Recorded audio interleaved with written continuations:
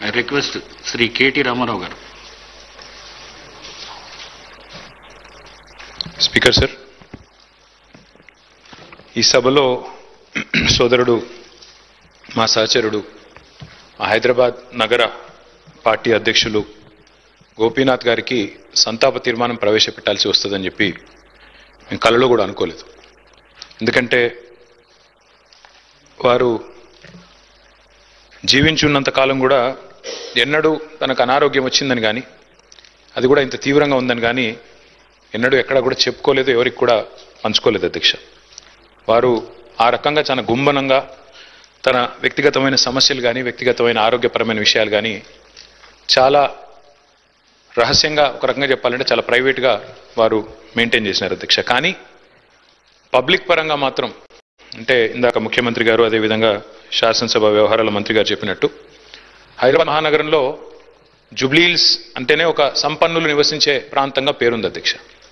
కానీ జూబ్లీహిల్స్ నియోజకవర్గం పరిస్థితి చూస్తే దానికి పూర్తి భిన్నం అధ్యక్ష. పేరుకి జూబ్లీహిల్స్ నియోజకవర్గం, కానీ అక్కడ ఉండేది మొత్తం కూడా పేద ప్రజలు.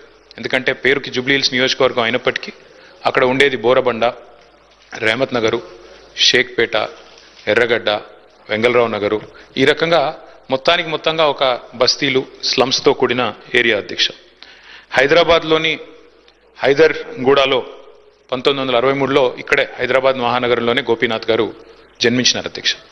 తర్వాత వారు ఇక్కడే చదువుకుని ఇక్కడే మరి ఉస్మానియాలో డిగ్రీ కూడా చేసి తర్వాత ఎన్టీ రామారావు గారికి వీర అభిమానిగా తెలుగుదేశం పార్టీ స్థాపించిన తర్వాత వారు రాజకీయాల్లో అడుగుపెట్టినారు.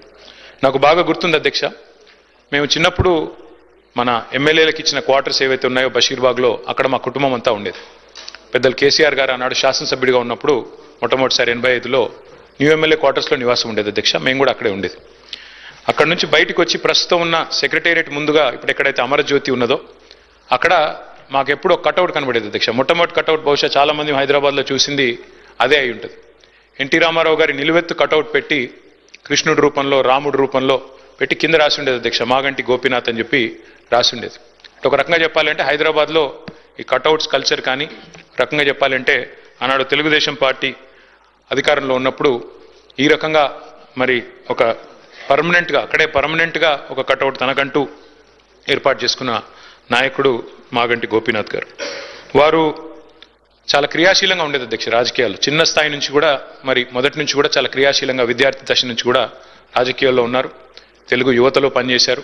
ఒక పార్టీ, ఒక నాయకుడిని నమ్ముకుంటే చివరి దాకా వారు ఒకసారి ఎన్టీ రామారావు గారి నాయకత్వంలో నడిచారు. తర్వాత తెలుగుదేశం పార్టీ ఇక్కడ నుంచి మాయమైన తర్వాత వారు కేసీఆర్ గారితో కలిసి మరి కష్టం వచ్చినా నష్టం వచ్చినా మరి 2 సార్లు కేసీఆర్ గారి నాయకత్వంలో ఎమ్మెల్యేగా గెలిచి మొదటిసారి ఎన్టీ రామారావు గారి పార్టీ తెలుగుదేశం పార్టీలో 14లో ఆనాడు మరి గెలిచి తర్వాత మరి టీఆర్ఎస్ నుండి కూడా 2 సార్లు ఎమ్మెల్యే అయినారు అధ్యక్ష.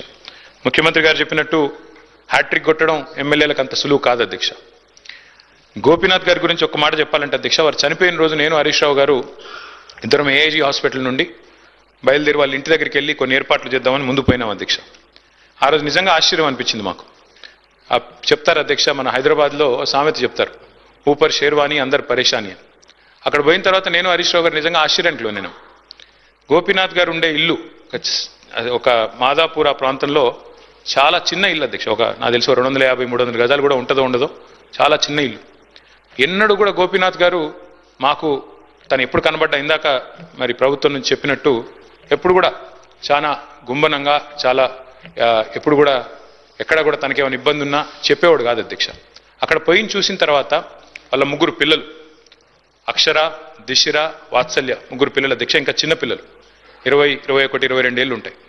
ఎవరు కూడా ఇంకా పెళ్ళి అవ్వలేదు, సెటిల్ అవ్వలేదు. వాళ్ళని చూసి బాధపడ్డాం. తర్వాత ఇల్లు చూసి కూడా బాధపడ్డాం, ఇట్లా ఉన్నారా ఈయన ఇన్ని రోజుల్లోనే. ఎందుకంటే ఎప్పుడు ఏ ఫంక్షన్ వచ్చినా బాగా లావిష్గా ఖర్చు పెట్టేటోడు అధ్యక్ష. ఊపర్ షేర్వాణి అందరు పరేషాన్ ఎందుకన్నా అంటే ఎక్కడ కూడా ఏంటంటే తెలియనియలే మాకు ఈ కష్టం ఉందని కానీ ఇంకోటని కానీ. తెలంగాణ ప్రభుత్వం ఆనాడు బతుకమ్మ చీరలు అనే కార్యక్రమం మనం 2016-17లో ప్రారంభించినాం అధ్యక్ష. కానీ అంతకంటే ముందే గోపీనాథ్ గారు తన కాన్స్టిట్యున్సీలో బతుకమ్మకి చీర పెట్టే ఒక సంస్కృతిని కూడా తీసుకొచ్చింది గోపీనాథ్ గారు అధ్యక్ష. మనందరం గోపీనాథ్ అని ఇక్కడ పిలుస్తాం కానీ ఆయన మొత్తం కాన్స్టిట్యున్సీలో మాత్రం గోపన్నగానే పిలుచుకుంటారు. ఎక్కడ పోయినా, ఏ డివిజన్ పోయినా గోపన్న అని మాట్లాడతారు. ప్రజల్లో నిత్యం మమేకమయ్యే వ్యక్తి అధ్యక్ష. ఒక చిన్న ఎగ్జాంపుల్ నేను మీకు చెప్తాను. రెహమత్ నగర్ డివిజన్లో ఎస్పీఆర్ కాలనీ అనుకుంటా, ఎస్పీఆర్ హిల్స్ ఏదో ఉంటుంది అధ్యక్ష అక్కడ పేరు. అక్కడ ఒక 5 ఎకరాల స్థలం ఉండేది అధ్యక్ష, ఒక క్వారీ ఉండేది. ఆ క్వారీ మొత్తం అయిపోయింది, దాని క్వారీ అంతా కూడా ఎక్స్కవేషన్ అయిపోయింది. అక్కడ కబ్జా పెట్టడానికి చుట్టూ బస్తీలు అవి ఉన్నాయి, అక్కడ కొంతమంది కబ్జా పెట్టడానికి ప్రయత్నం చేస్తూ ఉన్నారు లోకల్ వాళ్ళు కొంతమంది ఎవరు. గోపీనాథ్ గారు పట్టుబట్టి ఆనాడు ప్రభుత్వంలో ఉన్న మా అందరినీ కూడా తీసుకెళ్లి ఆ ప్లేస్ చూపెట్టి అక్కడ ఒక మంచి పిల్లలు ఆడుకునే ఒక గ్రౌండ్, అదేవిధంగా అక్కడ కమ్యూనిటీ అంతా గ్యాదర్ అయ్యి చేసుకునే కార్యక్రమాలు చేయాలని చెప్పి పట్టుబట్టి దాన్ని ఒక గ్రౌండ్గా తీర్చిదిద్ది అక్కడ బతుకమ్మ వేడుకలు కానీ, అట్లాగే రంజాన్ అప్పుడు అక్కడ కార్యక్రమాలు చేయడమే కానీ, క్రిస్మస్ వేడుకలు చేయడం కానీ ఇవన్నీ కూడా చాలా జాగ్రత్తగా చేసేటాడు అధ్యక్ష. దాంతోపాటు అధ్యక్ష వారు మరి బతికినంత కాలం ఒక మాస్ లీడర్గా ప్రజల మధ్యనే ఉంటూ ఎప్పటికప్పుడు డైనమిక్గా తిరుగుతూ అర్ధరాత్రి సమస్య వచ్చినా అపరాత్రి సమస్య వచ్చినా అధికారులను వెంటనే సంప్రదించి పనులు చేసి పెట్టే ఒక మంచి మనస్తత్వం ఉన్న నాయకుడు అధ్యక్ష. మరి గోపీనాథ్ గారి మరణం, ఎందుకంటే మా నగర పార్టీ అధ్యక్షుడు కూడా వారు, దాంతోపాటు కేసీఆర్ గారికి మరి నమ్మిన విధేయుడిగా ఎన్ని ఒత్తిళ్లు వచ్చినా మరి ఒక నమ్మిన విధేయుడిగా మరి పార్టీలో 2 సార్లు గెలిచిన తర్వాత అదే పద్ధతుల్లో కొనసాగారు అధ్యక్ష. వారి మరణం మా పార్టీకి, అట్లాగే వారి కుటుంబం, వారి శ్రీమతి సునీత గారికి, అట్లాగే వారి పిల్లలకి, వారి తల్లి గారికి, వారి కుటుంబ సభ్యులందరికీ, వారి బ్రదర్కి అందరికీ కూడా తీరని లోటు అధ్యక్ష. దాంతోపాటు జూబ్లీ హిల్స్ నియోజకవర్గంలో తనదైన చిరస్మరణీయమైన ముద్ర ఏదైతే గోపీనాథ్ గారు వేసుకున్నారో తప్పకుండా ఆ నియోజకవర్గానికి కూడా ఇది తీరని లోటు. ఈ దుఃఖ సమయంలో వారి కుటుంబం తరపున మా పార్టీ పూర్తి స్థాయిలో అండగా ఉంటుంది అధ్యక్ష. పార్టీ కుటుంబాన్ని గతంలో కూడా ఎట్లా అయితే వివిధ మా సహచరులు మరణించినప్పుడు ఆ కుటుంబాలకు అండగా నిలబడ్డామో, ఎట్లయితే గట్టిగా ఆ కుటుంబాన్ని కాపాడుకున్నామో, అట్లాగే మాగంటి గోపీనాథ్ గారి కుటుంబం కూడా మరి పూర్తి స్థాయిలో గోపన్న లేకపోయినా వారి కుటుంబాన్ని సంపూర్ణంగా ఆదుకునే బాధ్యత, పూర్తి స్థాయిలో వారిని చూసుకునే బాధ్యత మా పార్టీ తీసుకుంటుంది. మరి ఈరోజు శాసనసభలో వారి సంతాప తీర్మానంలో ప్రసంగించే అవకాశం రావడం విషయంలో బాధను వ్యక్తం చేస్తూ ఈ శోకాతప్త సమయంలో వారి కుటుంబానికి, అదేవిధంగా వారి అభిమానులకి, అదేవిధంగా కార్యకర్తలకు కూడా వారికి మనోధైర్యం భగవంతుడు ప్రసాదించాలని కోరుకుంటూ తమరికి ధన్యవాదాలు. I request minister for agriculture Shri Tummala Nageswararao గారు.